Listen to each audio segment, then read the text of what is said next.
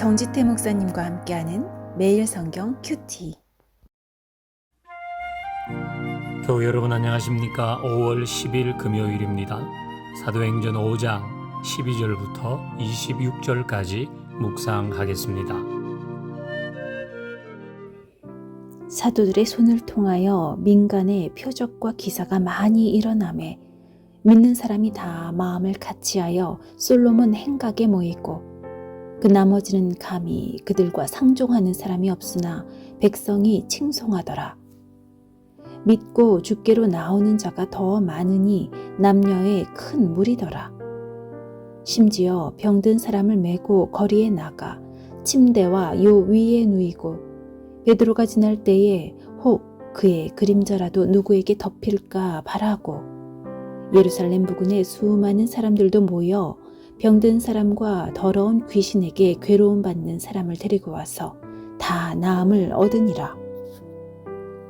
대제사장과 그와 함께 있는 사람, 즉 사두개인의 당파가 다 마음에 시기가 가득하여 일어나서 사도들을 잡아다가 옥에 가두었더니 주의 사자가 밤에 옥문을 열고 끌어내어 이르되 가서 성전에 서서 이 생명의 말씀을 다 백성에게 말하라 하매 그들이 듣고 새벽에 성전에 들어가서 가르치더니 대제사장과 그와 함께 있는 사람들이 와서 공회와 이스라엘 족속의 원로들을 다 모으고 사람을 옥에 보내어 사도들을 잡아오라 하니 부하들이 가서 옥에서 사도들을 보지 못하고 돌아와 이르되 우리가 보니 옥은 든든하게 잠기고 지키는 사람들이 문에 서 있으되 문을 열고 본즉 그 안에는 한 사람도 없더이다 하니 성전 맡은 자와 제사장들이 이 말을 듣고 의혹하여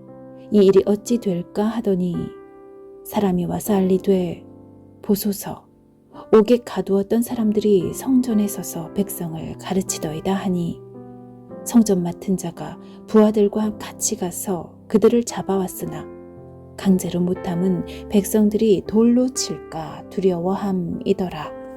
15절, 16절 읽겠습니다. 심지어 병든 사람을 메고 거리에 나가 침대와 요 위에 누이고 베드로가 지날 때에 혹 그의 그림자라도 누구에게 덮일까 바라고 예루살렘 부근의 수많은 사람들도 모여 병든 사람과 더러운 귀신에게 괴로움을 받는 사람을 데리고 와서 다 나음을 얻으니라. 아멘. 참 놀라운 이야기입니다.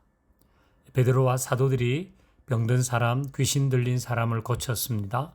손으로 터치하는 것은 말할 것도 없고 베드로의 그림자까지도 병자들을 고쳤습니다. 길에 병자들이 누워있을 때 베드로의 그림자가 그들을 덮어도 병이 나았습니다. 그래서 예루살렘 부근에 있는 사람이 다 고침을 받았다고 합니다. 베드로의 그림자까지도 치유의 역사를 일으켰습니다.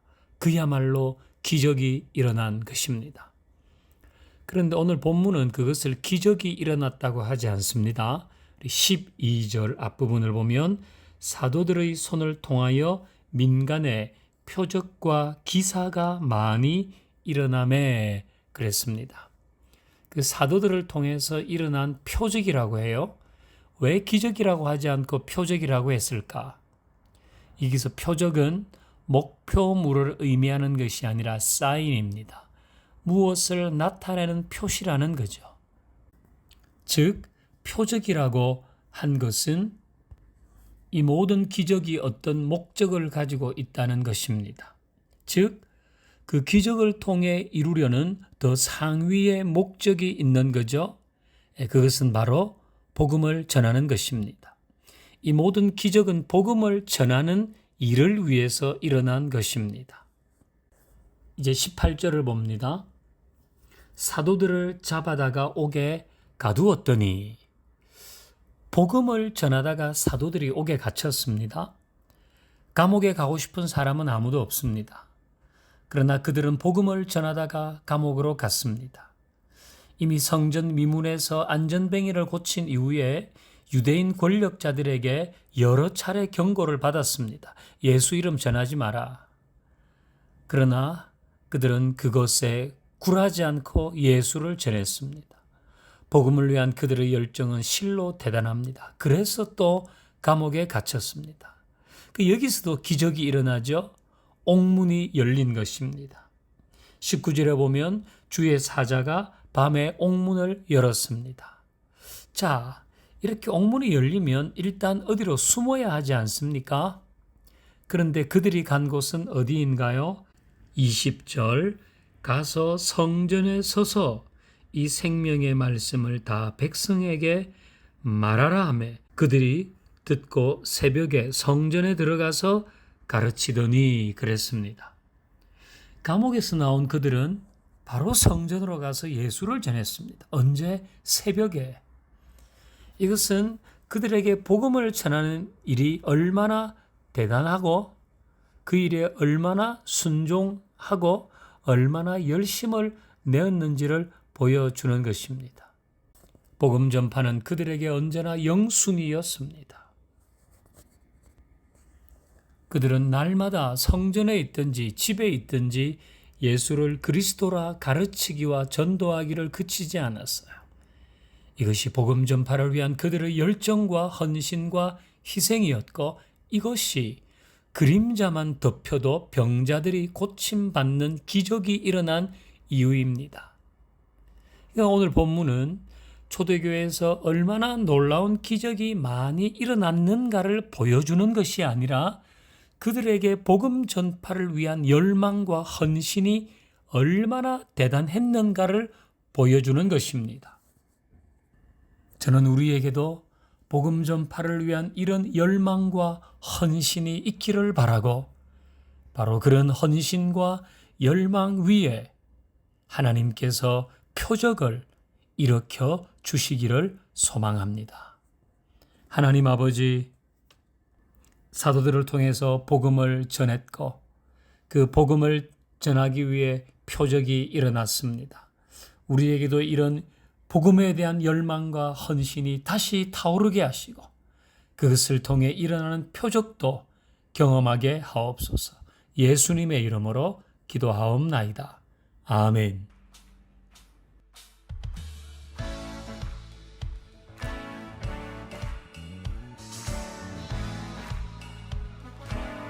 금요일 선교와 전도를 위한 기도. 부활의 증인으로 전도와 선교 사역에 우리가 몸과 마음을 다해 함께하고 동역하도록 하소서. 세계 열방에 하나님을 선포하는 모든 선교사와 그들의 사역을 통해 하나님의 나라가 시작되고 확장되고 완성되어지는 것을 경험하게 하소서. 국내외 단기 선교팀이 준비하고 진행되는 모든 과정 속에 하나님의 인도하심과 은혜를 경험하는 시간이 되게 하소서.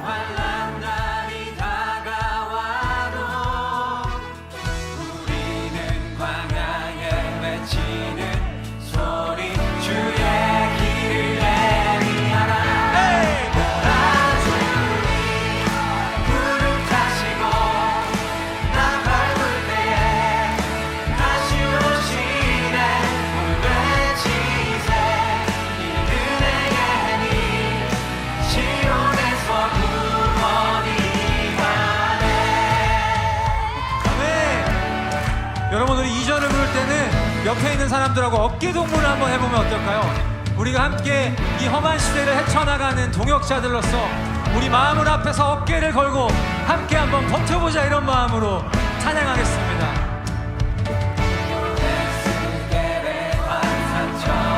많은 뼈가